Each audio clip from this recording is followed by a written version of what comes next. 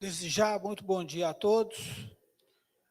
Agradeço a oportunidade concedida pelos organizadores do LIP de participarem deste evento. E dentro da linha de pesquisa que foi solicitada sobre concepções e pesquisas a respeito do perispírito, nós vamos desenvolver um tema relacionando a tese do perispírito com os campos morfogenéticos. Na questão 93 do Livro dos Espíritos, Kardec definiu perispírito como sendo o laço que envolve, que prende o espírito à matéria. E este laço, essa estrutura, vai se constituir num dos elementos chaves no entendimento de toda a fenomenologia da doutrina espírita. O problema alentado pelo 18º ENLIP é se nós podemos estudar perispírito, principalmente sobre a ótica da ciência. Mas estudá-lo sobre a ótica da ciência tem um duplo derivativo. Que tipo de objeto é esse? Nós estamos falando de um objeto ideal ou de um objeto material, um objeto real? Não há dúvidas de que o perispírito é um objeto ideal.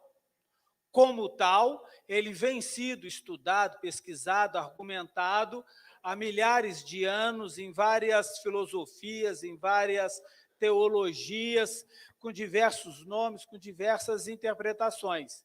Então, ele é, sim, um objeto ideal, como tal, pode ser estudado pela filosofia, pela própria lógica.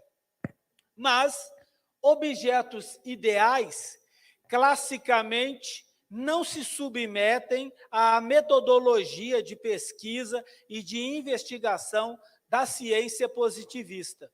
Então, ele não se ajusta como um objeto científico. Ou não. É sumário dizer que o perispírito não pode ser estudado pela ciência positivista. A ciência positivista, assim como várias outras obras da inteligência humana,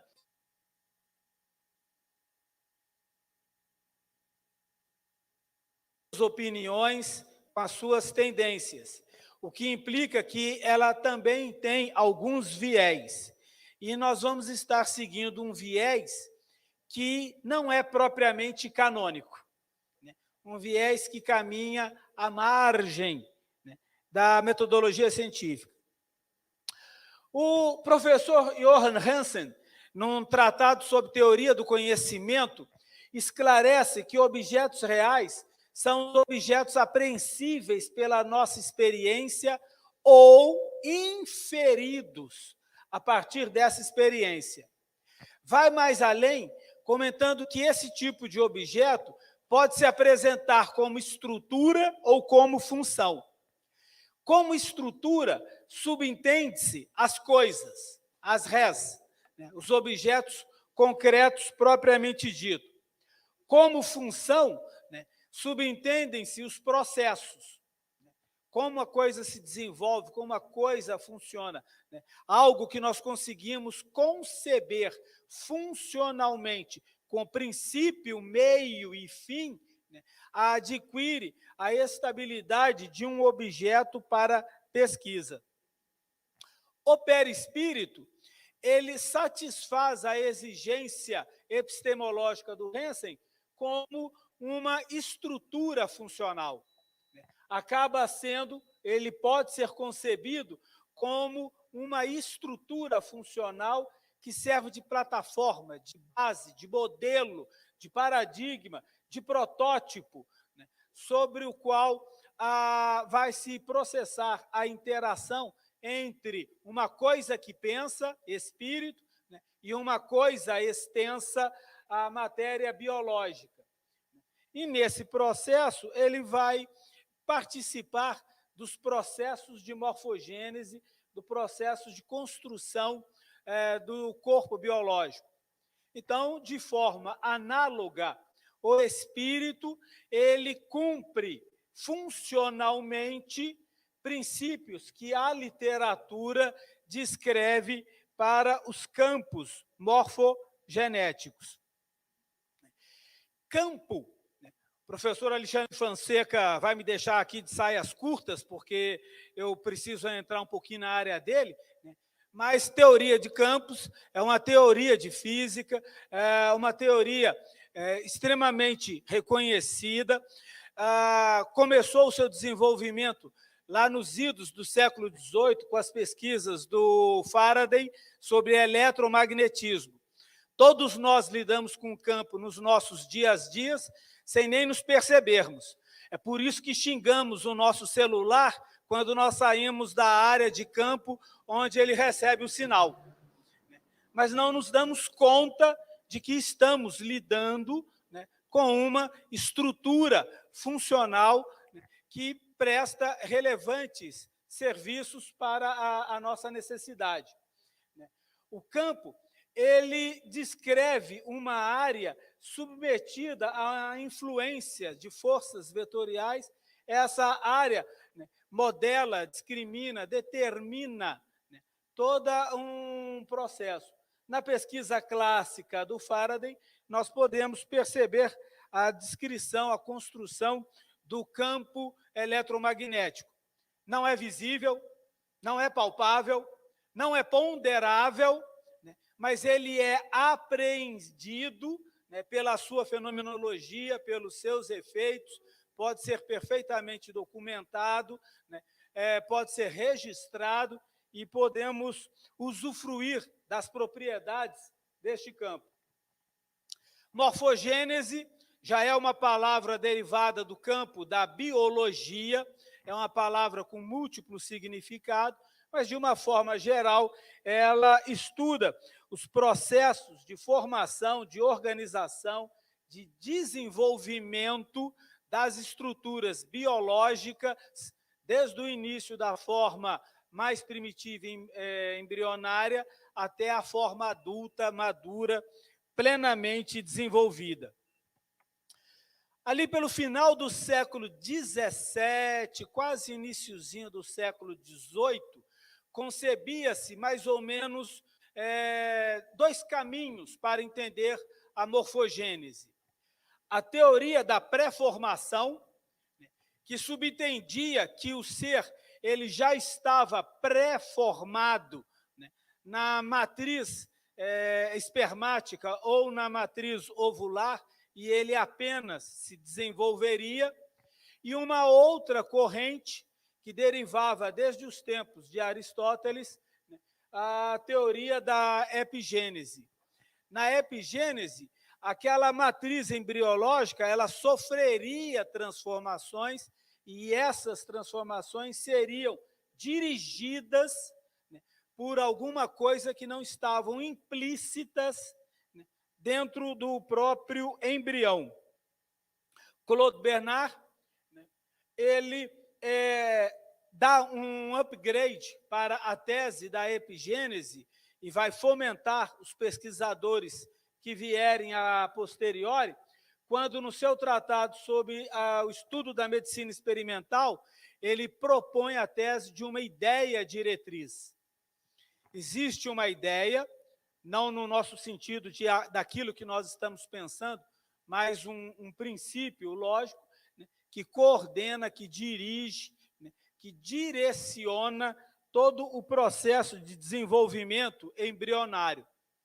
Pouco depois, quase na virada do 19 para o 20, o Wassermann e o Hooks, trabalhando de forma conjunta, vão propor a teoria de um mosaico autodiferenciador, onde o elemento genético no núcleo da célula, mas há alguns elementos que fariam parte do plasma germinativo, esses dois elementos fariam uma composição em mosaico para favorecer o processo de desenvolvimento do embrião.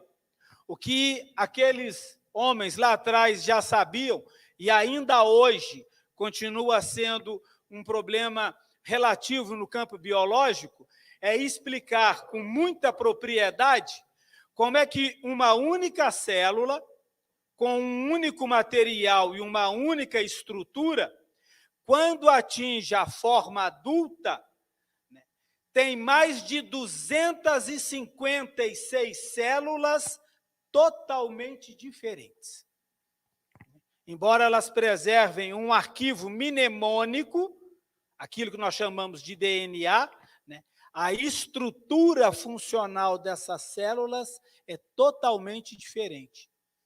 E só a genética, mesmo a genética molecular dos nossos dias, não é suficiente para explicar tudo isso.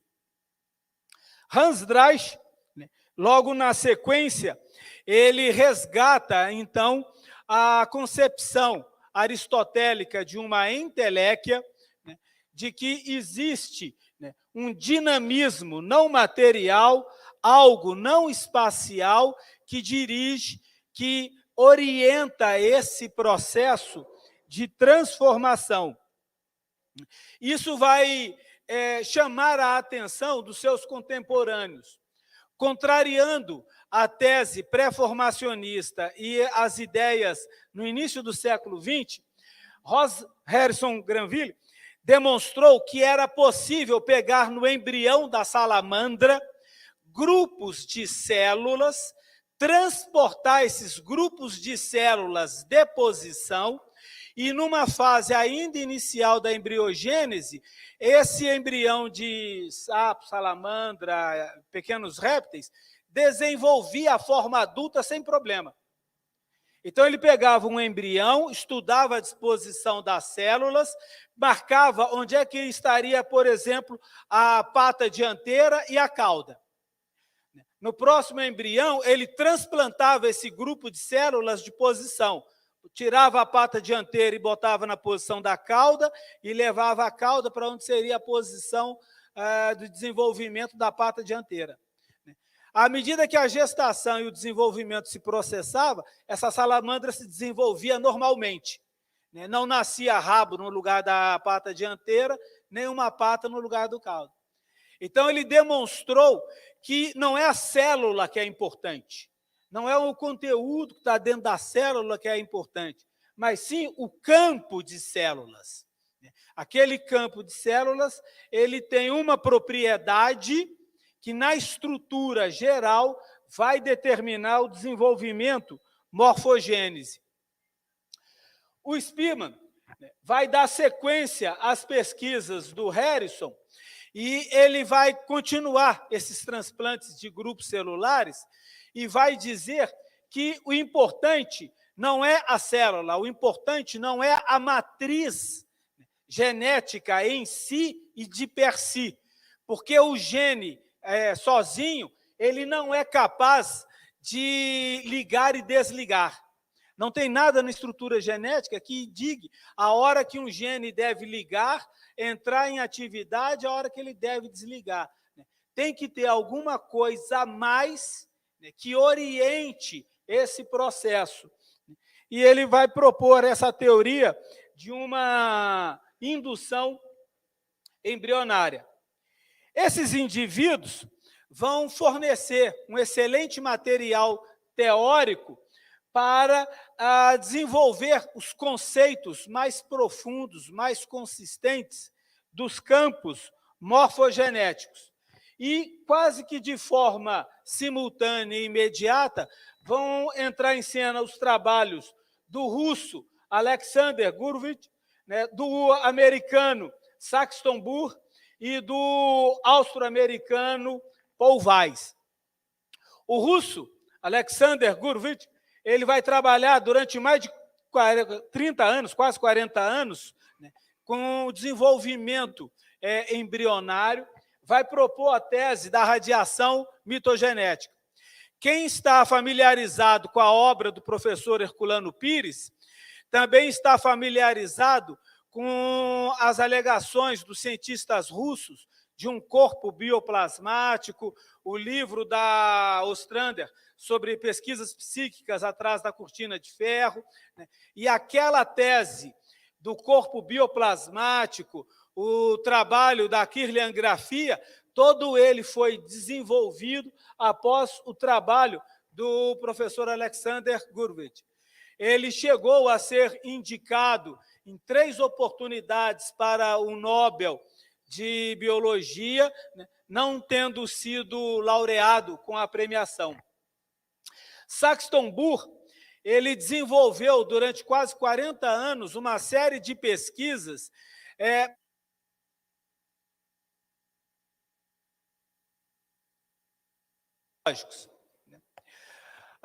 uma parcela de nós, nesse salão, trazemos a cabeleira branca. Significa que, provavelmente, nós passamos com alguma regularidade pela experiência de fazer um eletrocardiograma. E um eletrocardiograma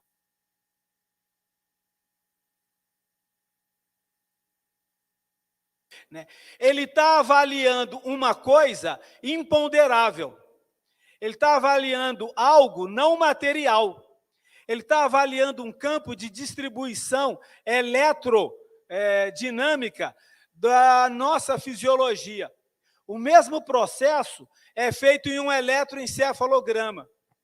E o mesmo processo, de uma forma extremamente mais complicada, pode ser feita numa ressonância magnética.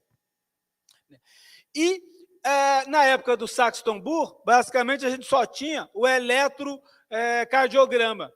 A partir daquela tese, ele começou a fazer pesquisas com milivoltímetros. Ele vai desenvolver sensores bem delicados e vai medir esse potencial elétrico no nosso corpo. E, ao longo dessas pesquisas, ele vai identificar um campo eletrodinâmico ao redor do corpo humano, ele vai poder identificar as alterações deste campo, inclusive prevendo antecipadamente as patologias. O Weiss vai fazer um arremate dessa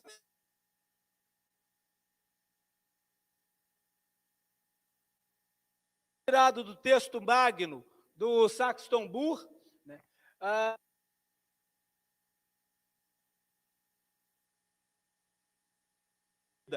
um campo eletrodinâmico do corpo que serve como uma matriz ou molde que preserva a forma ou a disposição de qualquer material derramado nele.